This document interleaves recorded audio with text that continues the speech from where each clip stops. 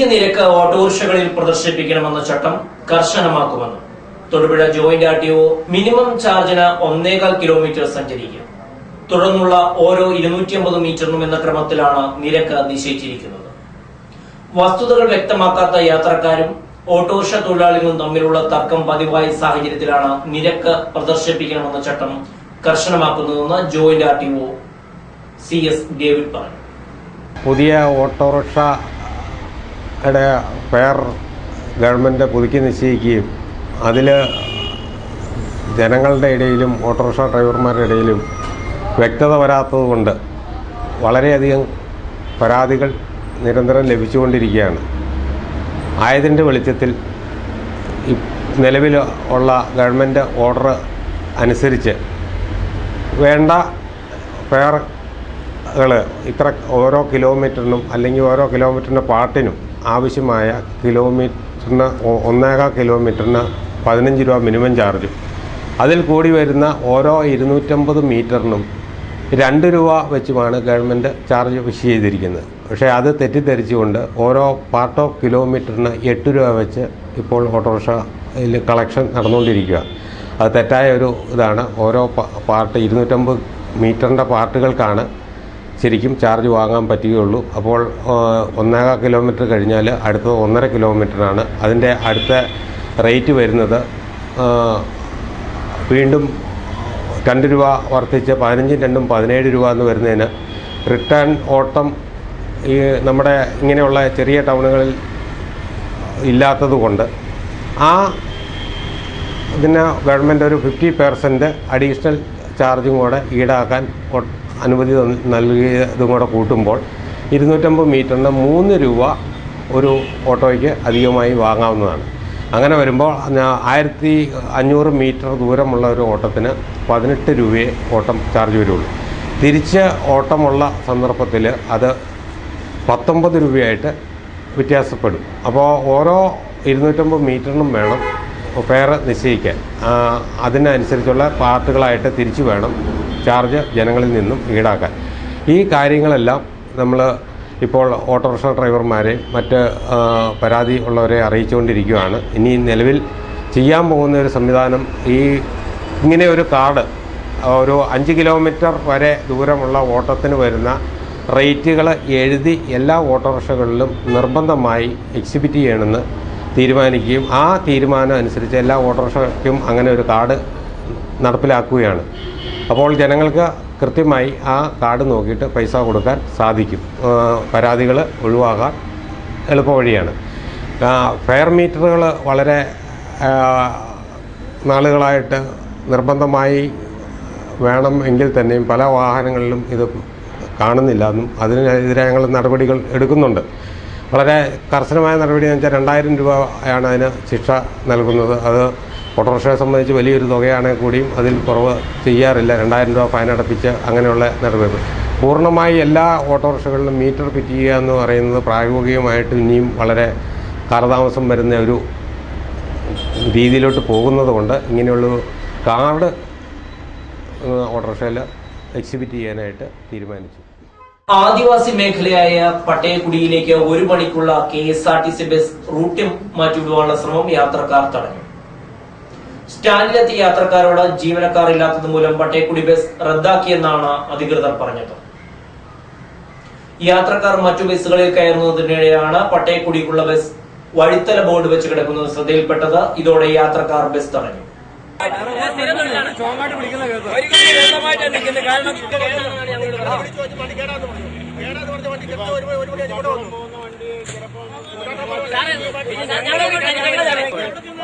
ഇതേ രീതിയിൽ തന്നെ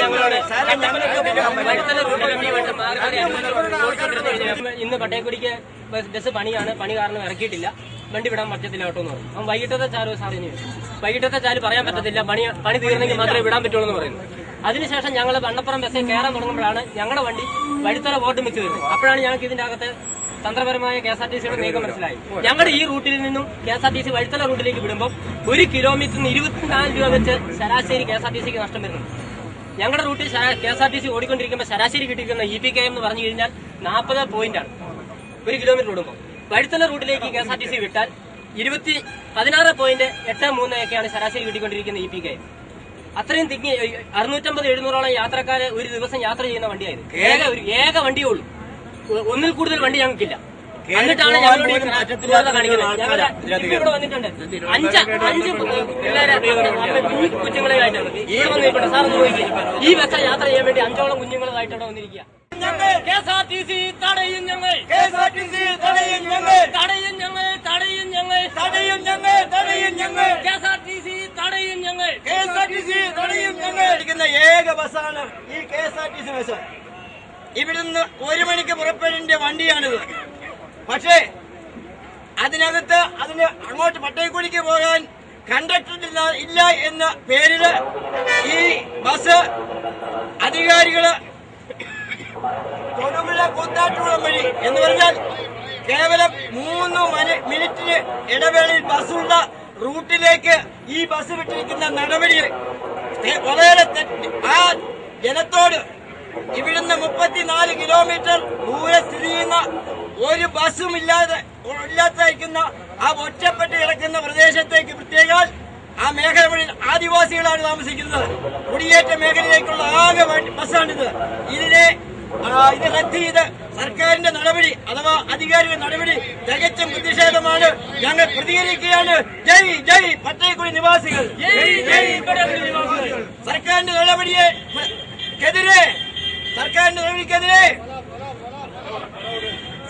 നടപടിക്കെതിരെ പ്രതിഷേധിക്കും ഞങ്ങൾ. തുടർന്ന് പോലീസ് ഇടപെട്ട ബസ് പട്ടയക്കുടിയിലേക്ക് വിടുവാൻ തീരുമാനിക്കുകയായിരുന്നു. തൊടുപുഴ ഡിപ്പോയിൽ ഏറ്റവും കൂടുതൽ കളക്ഷൻ ലഭിക്കുന്ന റൂട്ട് പട്ടയക്കുടിയാണെങ്കിലും ആദിവാസി മേഖലയോട് അധികൃതർക്ക് അവഗണനയാണ്. KSRTC ബസ് റദ്ദായാൽ വണ്ണപ്പുറത്തെത്തി ട്രിപ്പ് ജീപ്പുകളെ ആശ്രയിച്ചാണ് യാത്രക്കാർ പട്ടയക്കുടിയിലെത്തുന്നത്. വിവിധ ആവശ്യങ്ങൾ ഉന്നയിച്ച് lottery agents and sellers union CITU നേതൃത്വത്തിൽ ഇടുക്കി ജില്ലാ ലോട്ടറി ഓഫീസിലേക്ക് മാർച്ചും ധർണയും നടത്തി. ലോട്ടറി ക്ഷാമം പരിഹരിക്കുക, സമ്മാന ഘടന പുനർനിർണയിക്കുക തുടങ്ങിയ ആവശ്യങ്ങൾ ഉന്നയിച്ചാണ് ധർണ നടത്തിയത്. ധർണ CITU ജില്ലാ ജോയിന്റ് സെക്രട്ടറി KP മേരി ഉദ്ഘാടനം ചെയ്തു. TR സോമൻ, TB സുബൈർ തുടങ്ങിയവർ സംസാരിച്ചു.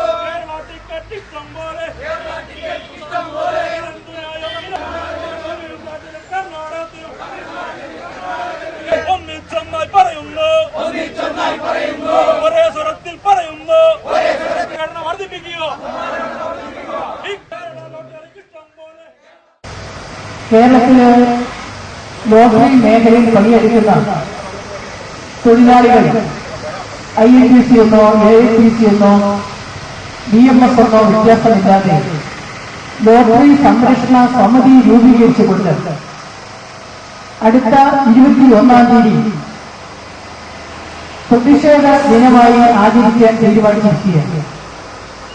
ഇതൊരു പുതിയ തുടക്കം തന്നെയാണ്. ഇത്തരത്തിലുള്ള യോജിച്ച പ്രക്ഷോഭം ഇതിനു മുൻപ് ഈ മേഖലയിൽ ഉണ്ടായിട്ടില്ല. ഇന്ന് രാജ്യത്താകമാനം തൊഴിലാളികളുടെ യോജിച്ച പോരാട്ട സമരങ്ങൾ വളർന്നു വരികയാണ്. തൊടുപുഴ നഗരസഭയും താലൂക്ക് ആശുപത്രിയും ചേർന്ന് നടപ്പാക്കുന്ന സമ്പൂർണ്ണ ക്യാൻസർ നിർണയ പദ്ധതിയുടെ ഭാഗമായി ക്യാൻസർ ബോധവൽക്കരണ ക്യാമ്പ് നടത്തി. നഗരസഭാ ചെയർമാൻ TJ ജോസഫ് ക്യാമ്പ് ഉദ്ഘാടനം ചെയ്തു. താലൂക്ക് ആശുപത്രി സൂപ്രണ്ട് ഡോക്ടർ റെജി ജോസ് യോഗത്തിൽ അധ്യക്ഷനായിരുന്നു. ബോധവൽക്കരണ CD-യുടെ പ്രകാശനം ആരോഗ്യകാര്യ standing committee chairman advocate Joseph John നിർവഹിച്ചു.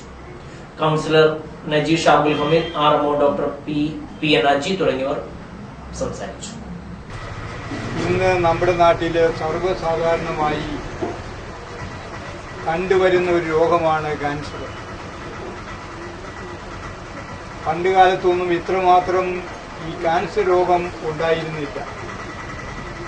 എന്നാൽ ഇന്നത്തെ മനുഷ്യൻ്റെ ജീവിത ശൈലിയും അതോടൊപ്പം തന്നെ നമ്മളിന്ന് ഭക്ഷിക്കുന്ന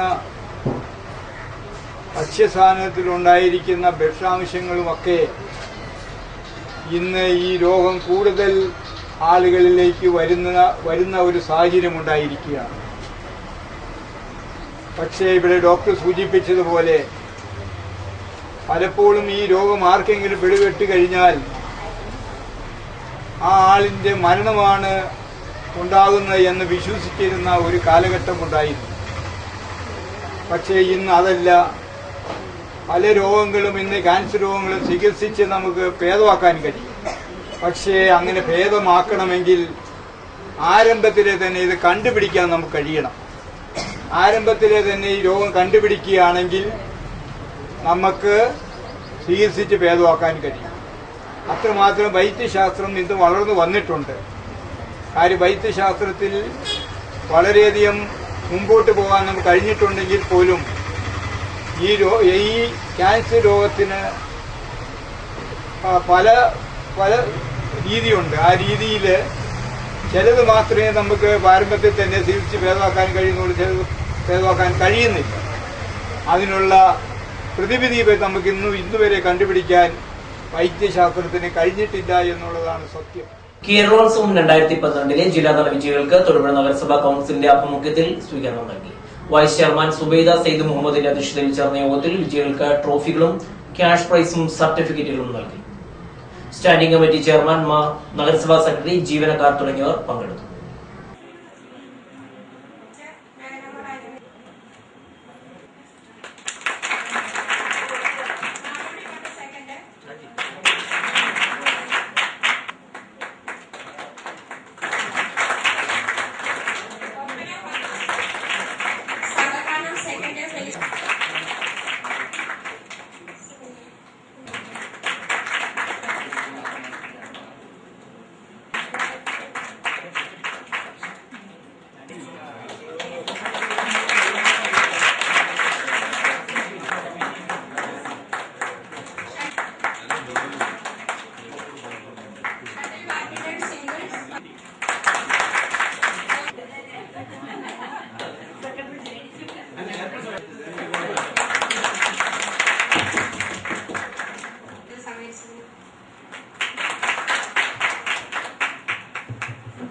ദക്ഷിണേന്ത്യൻ സെവൻസ് ഫുട്ബോൾ ടൂർണമെന്റ് ജനുവരി 5 മുതൽ Thodupuzha government vocational higher secondary സ്കൂളിൽ നടക്കുമെന്ന് സംഘാടകർ വാർത്താ സമ്മേളനത്തിൽ അറിയിച്ചു. മേളയുടെ ഒരുക്കങ്ങൾ പൂർത്തിയായതായി അവർ പറഞ്ഞു. 4000 കാണികൾക്കുള്ള ഗാലറി നിർമ്മിച്ചു വരുന്നതായി convener Jafar Khan Muhammad, president KM ചോർ തുടങ്ങിയവർ വാർത്താ സമ്മേളനത്തിൽ 10,000 മുതൽ 1,500 രൂപ വരെ കഴിഞ്ഞ വർഷം കൊടുത്തിരുന്നു. അത് ഈ ഡയലിസിസുകാർക്കൊക്കെ 1,500 കൊടുത്തു. ക്യാൻസർ രോഗികളായിട്ടുള്ളവർക്ക് 10,000 രൂപ കൊടുത്തിട്ടുണ്ടായിരുന്നു. അപ്പൊ അങ്ങനെ ഒരു കാര്യം ചെയ്യുന്നു. അതോടൊപ്പം സ്കൂളുകാർ ഞങ്ങളോട് തവണ ആവശ്യപ്പെട്ടിരിക്കുന്നത് ആ സ്കൂളിലെ കുട്ടികളുടെ യൂണിഫോം സംഘാടക സമിതി കൊടുക്കുമെന്ന് പറയുന്നു. അത് പൂർണ്ണമായി ഞങ്ങൾ ഏറ്റിട്ടുണ്ട്. ആ സ്കൂളിൽ ബോയ്സ് ഹൈസ്കൂൾ വിഭാഗത്തിലുള്ള മുഴുവൻ കുട്ടികൾക്കും ഈ വർഷത്തെ ടൂർണമെന്റിന്റെ ലാഭവിഹിതത്തിൽ നിന്നും യൂണിഫോം കൊടുക്കുന്നതിനും തീരുമാനിച്ചിട്ടുണ്ട്. ഇതെല്ലാം നമുക്ക് നല്ല രീതിയിൽ ഉദ്ദേശിക്കുന്ന രീതിയിൽ നടന്ന് പോകണമെന്നുണ്ടെങ്കിൽ ഈ 15 ദിവസക്കാലം നടക്കുന്ന ഈ ടൂർണമെന്റിനകത്ത് നിങ്ങളുടെ ഒരു പരമാവധി കഴിഞ്ഞ വർഷം ഉണ്ടായ അതേ സഹകരണം ഈ വർഷം ഉണ്ടാവണം. ഞങ്ങളുടെ വീഴ്ചകൾ നിങ്ങൾക്ക് ഉണ്ടെങ്കിൽ അത് ചൂണ്ടിക്കാട്ടാൻ നിങ്ങൾ തയ്യാറാവണം. അത് മാത്രമേ പറയുന്നുള്ളൂ. തുടങ്ങുന്നത് ജനുവരി 5-ന് ആരംഭിക്കും മത്സരങ്ങൾ. കാർഷിക മേള തുടങ്ങുന്നതുകൊണ്ടാണ് ഇത് സാധാരണ 26-ാം തീയതിയാണ് ഞങ്ങളുടെ ടൂർണമെന്റ്. ഈ ടൂർണമെന്റ് കൂടി തുറക്കുമ്പോഴത്തേക്കും വലിയ ഒരു ട്രാഫിക് പ്രശ്നം ഉണ്ടായി 5-ലേക്ക് മാറ്റിയിരിക്കുന്നത്. ഡിസംബർ 30 മുതൽ ജനുവരി 6 വരെ എറണാകുളത്ത് നടക്കുന്ന നാരായണീയ മഹോത്സവത്തിൽ ഇടുക്കി ജില്ലയിൽ നിന്ന് 500 പേർ പങ്കെടുക്കും. ഇടുക്കി ജില്ലയിലെ പ്രവർത്തനം ഏകോപിപ്പിക്കുന്നതിനുള്ള തൊടുപുഴ അമ്പലം ബൈപ്പാസ് റോഡിലുള്ള കൃഷ്ണകൃപ സത്സംഗ സമിതി ഓഫീസിൽ പ്രത്യേക സംവിധാനം ഏർപ്പെടുത്തിയതായി മഹോത്സവം പ്രസിഡന്റ് അഡ്വക്കേറ്റ് മങ്ങോട് രാധാകൃഷ്ണൻ, കൺവീനർമാരായ S. പത്മഭൂഷൺ, ഷാജി അരിക്കുഴ, മാതൃസമിതി കൺവീനർ രാജലക്ഷ്മി അമ്മാൾ എന്നിവർ അറിയിച്ചു. അതൊരു മഹോത്സവമായിട്ട്, കേരളത്തിന്റെ ഒരു മാമാങ്കം പോലെ ഒരു മഹോത്സവമായിട്ട് ആഘോഷിച്ചാലല്ല. ഈ നാരായണീയം എന്ന് പറഞ്ഞാൽ ഭാഗവതത്തിൽ നിന്ന് വന്നിട്ടുള്ള അതിൻ്റെ ഒരു ലഘു വിവരണമാണ് നാരായണീയം. ഭാഗവതം എന്ന് പറയുമ്പോൾ 18,000 ശ്ലോകങ്ങളാണെങ്കിൽ നാരായണി എന്ന് പറഞ്ഞാൽ 1000 ശ്ലോകത്തിൽ ഒതുക്കും. ഇതൊരു 5 മണിക്കൂർ കൊണ്ടൊക്കെ വായിച്ചു തരും. മറ്റ് നല്ല വായിച്ചു തീരില്ല. പ്രത്യേകിച്ച് അമ്മമാർക്ക് ഇത് ചൊല്ലിക്കഴിഞ്ഞാൽ അത് അവരുടെ മനഃശാന്തിക്കും വീട്ടിനുള്ളിൽ സമാധാനത്തിനും സുഖത്തിനും ആയുരാരോഗ്യ സൗഖ്യം എന്നുള്ള ഒരു ലേബിളാണ് ഈ നാരായണീയത്തിൻ്റെ ഏറ്റവും വലിയൊരു ലേബിൾ. എൻ്റെ മേപ്പത്തൂർ അവസാനിപ്പിക്കുന്ന അങ്ങനെയാണ്. എല്ലാവരുടെയും ലോകത്തിൻ്റെ മുഴുവൻ ആയുരാരോഗ്യ സൗഖ്യം ഉണ്ടാവട്ടെ എന്ന് പറഞ്ഞാണ് അവസാനിപ്പിക്കുന്നത്. ഇദ്ദേഹത്തിന് ഒരു വാദം രക്തവാദമായിട്ടാണ് പറയുന്നത്. ഗുരുവിൻ്റെ സൂക്കട് ഏറ്റുവാങ്ങി അങ്ങനെ അദ്ദേഹത്തിന് സൂക്കട് ഉണ്ടാകുന്നത്. ആ സൂക്കട് പിന്നെ മാറണേ ഈ 100 ദിവസം കഴിയുമ്പോൾ. ഇത് മാറുന്നതിൻ്റെ ഇടയിലത്തെ ഈ സാക്ഷാൽ ഭഗവാനായിട്ടുള്ളൊരു സംവാദം ഗുരുവായൂർ അമ്പലത്തിൽ നിന്നല്ല, മറ്റ് ഭാഗവതമൊന്നും അങ്ങനെ സംവാദങ്ങളല്ല. ഈ നാരായണത്തിൽ മാത്രമേ ഗുരുവായൂരപ്പനുള്ളൂ. അപ്പൊ ഈ ഗുരുവായൂരപ്പനുമായിട്ട് ഇരുന്നിട്ട് സാന്ദ്രാനന്ദാവോ ബോധാത്മാകോ ആചാര്യ അവര് വേണമെങ്കിൽ കംപ്ലീറ്റ് ചെയ്യും. അങ്ങനെ നേരെ കാണുന്ന എൻ്റെ ബ്രഹ്മത്തിലെ ഞാൻ കാണുന്നതെന്ന് പറയുമ്പോൾ അതിനനുസരിച്ച് ഭഗവാന്റെ മറുപടികളും അങ്ങോട്ടും ഇങ്ങോട്ടുള്ള സംവാദങ്ങളും നമുക്ക് കാണാൻ പറ്റും. എൻ്റെ ഈ അസുഖം മാറ്റി തന്നില്ലെങ്കിൽ ഞാൻ പുറത്തിറങ്ങിയാൽ എന്നിട്ടൊരു വാണിംഗ് കൊടുക്കണ പോലെയൊക്കെ കാണാം. അതിന് ഭഗവാന്റെ അവസാനത്തെ ഭാഗം വരുമ്പോഴേക്കും ഇദ്ദേഹത്തിൽ ഈ ദുഃഖങ്ങൾ മോചനം